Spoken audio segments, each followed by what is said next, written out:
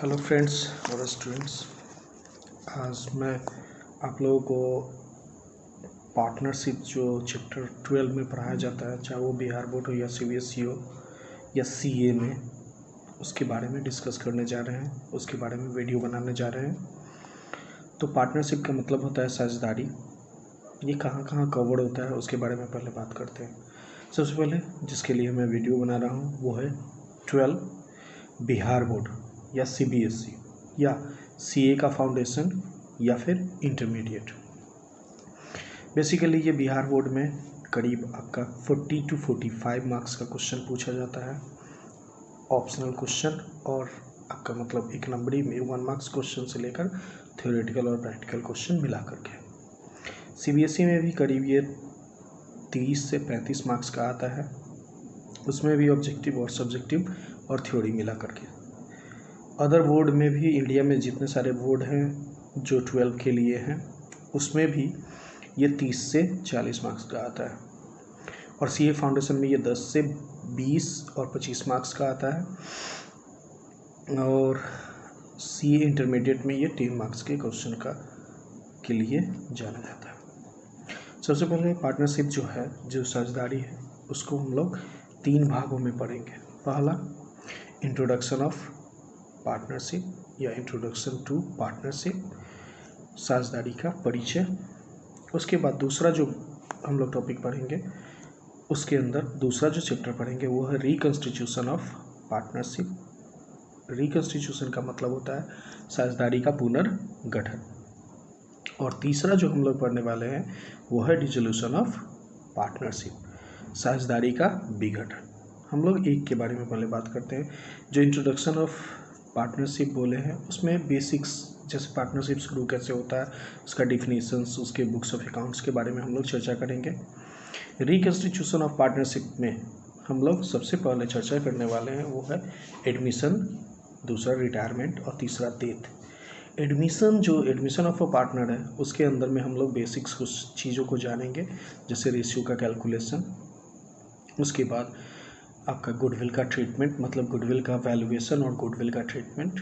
तीसरा जो चीज़ हम लोग जानेंगे उसमें रिवैल्यूएशन बनाना जानेंगे, और कुछ रिजर्व्स जो होते हैं, जो रिजर्व का इस्तेमाल किया जाता है या जो रिजर्व पहले से बिजनेस में रहते हैं उनका क्या ट्रीटमेंट किया जाता है वो हम लोग जानेंगे। तो सबसे पहला जो हम लोग का टॉपिक होगा वो होगा इंट्रोडक्शन ऑफ पार्टनरशिप। और इंट्रोडक्शन ऑफ पार्टनरशिप का क्वेश्चन हम लोग शुरू करेंगे, मतलब आज जो टॉपिक हम लोग शुरू करने वाले हैं वीडियो नंबर 1 में, उसमें इंट्रोडक्शन ऑफ पार्टनरशिप का कुछ चीज़ों के बारे में चर्चा करेंगे। मतलब इस चैप्टर से 2 वीडियो बनने वाले हैं। पहला वीडियो जो है वो आज बनेगा और दूसरा वीडियो फिर 1-2 दिन के बाद आ सकता है। सबसे पहले बात करते हैं इंट्रोडक्शन ऑफ पार्टनरशिप, साझेदारी का परिचय। तो साझेदारी का परिचय में सबसे पहले बात आती है कि साझेदारी किसे कहते हैं, what do you mean bye partnership. ठीक है, तो when 2 or more than 2 person started a legal business for sharing profits is called partnership। और बुकिश लैंग्वेज में जाए तो when 2 or more than 2 persons started a legal business to share profits in their agreed ratio is called partnership। Hindi में अगर जानना चाहे तो साझेदारी का तात्पर्य वैसे वैधानिक व्यवसाय से है जिसे 2 या 2 से अधिक व्यक्ति मिलकर शुरू करते हैं और उससे होने वाले लाभ और हानि को अपने बीच अपने समझौते किए गए अनुपात में बांटते हैं। दूसरा डिफिनेशन आता है कि पार्टनर किसे कहते हैं, हु इज पार्टनर, साझेदार किसे कहते हैं। तो the person who belongs to partnership business separately called partners. साझेदार किसे कहते हैं, हिंदी में अगर जानना हो तो साझेदार का मतलब है वे सभी व्यक्ति जो साझेदारी व्यवसाय से संबंध रखते हैं, उन्हें अकेले अकेले साझेदार कहा जाता है। तीसरा जो डिफिनेशन आता है, फर्म किसे कहते हैं, what do you mean by firm. तो firm is nothing but the whole number of partners is called firm, या whole number of partners collectively called firm. Hindi में अगर बोलना चाहे तो सभी साझेदारों के समूह को हम लोग फर्म कहते हैं, या सबको एक साथ हम लोग फर्म कहते हैं। अब बात आती है कि इसके बाद नेक्स्ट टॉपिक की, तो उसमें बोला जाता है कि साझेदारी व्यवसाय का कैरेक्टरिस्टिक्स, विशेषता क्या है, गुण क्या है, और इसको इंग्लिश में अगर बोलना चाहें तो कैरेक्टरिस्टिक्स ऑफ पार्टनरशिप। नंबर 1 होता है एन एग्रीमेंट, एक समझौता। एक्चुअली ना साझेदारी व्यवसाय का शुरुआत ही समझौते के आधार पर किया जाता है। मतलब जो भी व्यवसायी इसमें या जो भी व्यक्ति इस व्यवसाय में आते हैं वो सब एक समझौते के अनुसार आते हैं और समझौते के अनुसार व्यवसाय को शुरू करते हैं। दूसरा होता है नंबर ऑफ इंडिविजुअल, व्यक्तियों की संख्या, तो कम से कम 2 और मैक्सिमम 50 है। फिर तीसरा आता है कि लीगल बिजनेस। लीगल बिजनेस इसलिए बोलना चाह रहे हैं कि कोई भी बिजनेस का पार्टनरशिप नहीं हो सकता, वैसा बिजनेस जो भारत में वैधानिक है, जिसके ऊपर कोई एलिगेशंस नहीं है, तो उसको हम लोग लीगल बिजनेस कहते हैं। चौथा आता है अनलिमिटेड लायबिलिटीज़। अनलिमिटेड लायबिलिटी का मतलब होता है अनलिमिटेड लायबिलिटी का हिंदी होता है असीमित दायित्व। Unlimited liability when a firm is unable to pay its liability, partners have to pay personally with personal assets is called unlimited liability. मतलब साझेदार का दायित्व तो असीमित होता है। यदि साझेदारी व्यवसाय अपने दायित्वों को भुगतान नहीं कर पाती है तो साझेदारों को अपने संपत्ति से इनका भुगतान करना होगा। फिफ्थ नंबर अगर जानना चाहें तो वो है म्यूचुअल कंसेंट, पारस्परिक सहयोग, सहमति। मतलब कि सभी कोई, अगर ऐसे इंग्लिश में जस्ट बोलते हैं वन फॉर ऑल और all for one can act, means कोई भी व्यक्ति, कोई अकेला साझेदार या सभी साझेदार मिलके किसी एक के लिए या सभी के लिए व्यवसाय का कार्य वहन कर सकते हैं। उसके बाद नेक्स्ट जो पॉइंट है वो है शेयर ऑफ प्रॉफिट, लाभों का विभाजन। तो साझेदारी में समझौते के अनुसार लाभों का विभाजन किया जाता है। अगर कोई समझौता नहीं रहेगा तो इसे बराबर बराबर बांटा जाता है। इंग्लिश में अगर बोलना चाहे तो share of profits among the partners is done as per agreement among themselves. If there is no agreement, it will be distributed equally. एक और चीज़ हम लोग बात करना चाहते हैं कि इंडिया में कोई भी पार्टनरशिप बिजनेस अगर शुरू होगा और कुछ नहीं जानता है वो बिजनेसमैन लोग, और कुछ जानता हो वो भी, लेकिन उस पे एक चीज़ अप्लाई होना शुरू होता है, एक रूल नियम कानून शुरू होता है अप्लाई होना, लागू होना, जिसको बोलते हैं इंडियन पार्टनरशिप एक्ट 1932, भारतीय साझेदारी अधिनियम 1932। मतलब अगर कोई ना चाह कर भी इन नियमों को उनको फॉलो करना पड़ेगा अगर वो साझेदारी व्यवसाय करते हैं तो। नेक्स्ट टॉपिक है पार्टनरशिप डीड। पार्टनरशिप डीड का मतलब होता है साझेदारी संलेख। मतलब अगर छोटा सा बोला जाए कि साझेदारों के बीच में जो समझौता होता है ना, उसी को साझेदारी संलेख कहते हैं। Means agreement among the partners जो होता है, agreement among partners is called partnership deed. It may be oral, written, but in written form it will be better for the organization, for the business, for future disputes। Hindi में बोलना चाहे तो साझेदारी संलेख लिखित भी हो सकता है, मौखिक भी हो सकता है।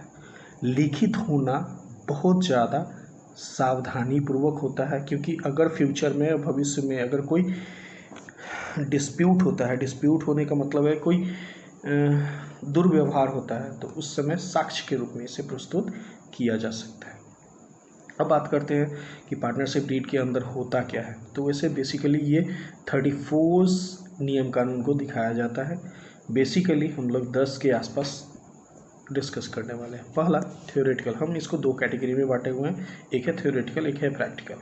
थ्योरेटिकल के हिसाब से अगर जानना चाहें तो थ्योरेटिकल का मतलब होता है जो थ्योरी के रूप में है, मतलब नेम ऑफ द फर्म, व्यवसाय का क्या नाम होना चाहिए, नेचर ऑफ द फर्म, व्यवसाय की प्रकृति क्या होनी चाहिए, पीरियड ऑफ द फर्म, व्यवसाय कितने दिनों के लिए ये शुरू किया जा रहा है।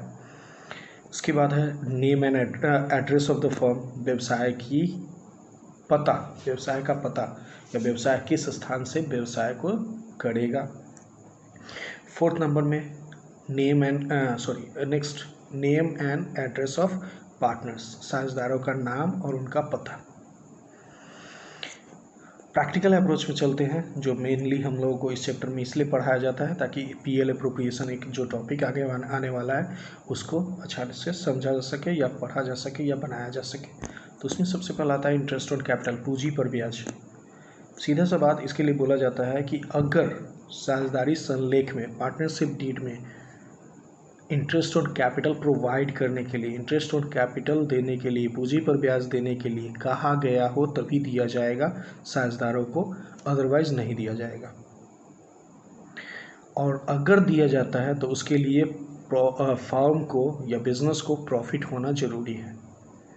ठीक है, प्रॉफिट दो तरह का हो सकता है, या तो पूरा बहुत ज़्यादा प्रॉफिट होगा, मान लीजिए कि 30,000 इंटरेस्ट ऑन कैपिटल है तो आपका प्रॉफिट जो है वो कम से कम 50,000 होना चाहिए, इसको बोलते हैं मोर। अगर ऐसा होता है ज़्यादा, ऐसा अगर होता है तो साझेदारों को इंटरेस्ट ऑन कैपिटल पूरी राशि से दी जाएगी, पूंजी पर ब्याज पूरी राशि से दी जाएगी। दूसरा है लेस प्रॉफिट। लेस प्रॉफिट मतलब 30,000 का मेरा इंटरेस्ट ऑन कैपिटल है बट प्रॉफिट जो है वो 20,000 है। जब ऐसा अगर केस आता है तो वहाँ पे प्रॉफिट को हम लोग इंटरेस्ट ऑन कैपिटल के नाम से कैपिटल रेशियो में बांटते हैं।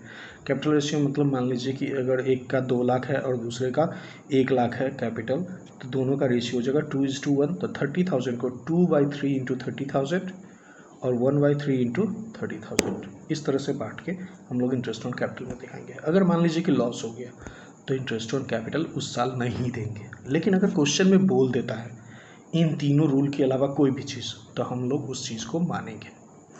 दूसरा आता है remuneration to the partners. Remuneration to the partners का मतलब होता है साझेदारों को सैलरी देना, कमीशन देना, कोई काम किया, कोई फर्म के बेनिफिट के लिए कोई काम किया, तो अगर पार्टनरशिप डीड अलाउ करता है, साझेदारी संलेख अगर स्वीकृति देता है तो देंगे, नहीं तो नहीं देंगे।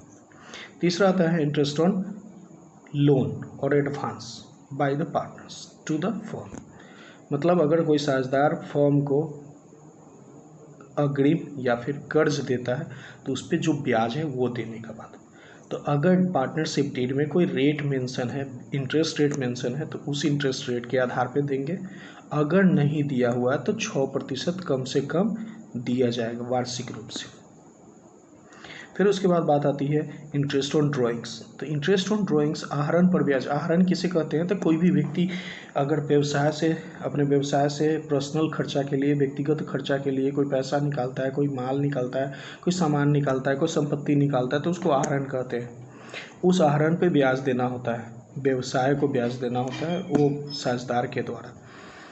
तो अगर ऐसा है तो अगर डीड में मेंशन है या डीड में साझेदारी संलेख में ये बताया गया है कि साझेदार के द्वारा आहरण किए गए राशि पर ब्याज देना होगा तो दिया जाएगा, मतलब साझेदारों के द्वारा फर्म को दिया जाएगा, अदरवाइज नहीं। फिर आते हैं share of profit. Share of profit का मतलब होता है पूंजी पर लाभ का विभाजन। लाभ का विभाजन के लिए भी एग्रीमेंट में अगर कोई राशि, मतलब पार्टनरशिप डीड में अगर कोई पॉइंट दिया है, कोई रेशियो दिया है, कोई अनुपात दिया है, तो उसके अनुसार से बांटेंगे। अगर मान लीजिए नहीं दिया है तो बराबर बराबर बांटेंगे। अच्छा, जहाँ जहाँ डीड नहीं होता है ना, वहाँ वहाँ इंडियन पार्टनरशिप एक्ट का नियम लगता है। 1932 जो इंडियन पार्टनरशिप एक्ट है, भारतीय साझेदारी अधिनियम 1932, उसका नियम लगता है। वही नियम बोलता है पूंजी पर ब्याज नहीं दिया जाएगा, आहरण पर ब्याज नहीं लिया जाएगा, साझेदारों के कर्ज पे कम से कम 6% का ब्याज देंगे, साझेदारों को कोई वेतन और कमीशन नहीं दिया जाएगा। मतलब अगर डीड में दिया हुआ है तो डीड के अनुसार से करेंगे, अगर डीड में नहीं दिया हुआ है तो भारतीय साझेदारी अधिनियम के अनुसार से दिया जाएगा। और जो डायरेक्टली बोलता है कि पूंजी पर ब्याज नहीं देना चाहिए, वेतन और कमीशन नहीं देना चाहिए, लाभों को बराबर बराबर बांटना चाहिए, कर्ज अगर कोई साझेदार दिया है तो 6% का ब्याज कम से कम उसको देना चाहिए और आहरण पर ब्याज नहीं लेना चाहिए। ठीक है, तो मेरे ख्याल से ये सारा चीज़ समझ में आ गया होगा। हम लोग नेक्स्ट वीडियो में इसके बुक्स ऑफ अकाउंट्स के बारे में पढ़ेंगे और बुक्स ऑफ अकाउंट के बारे में जानेंगे।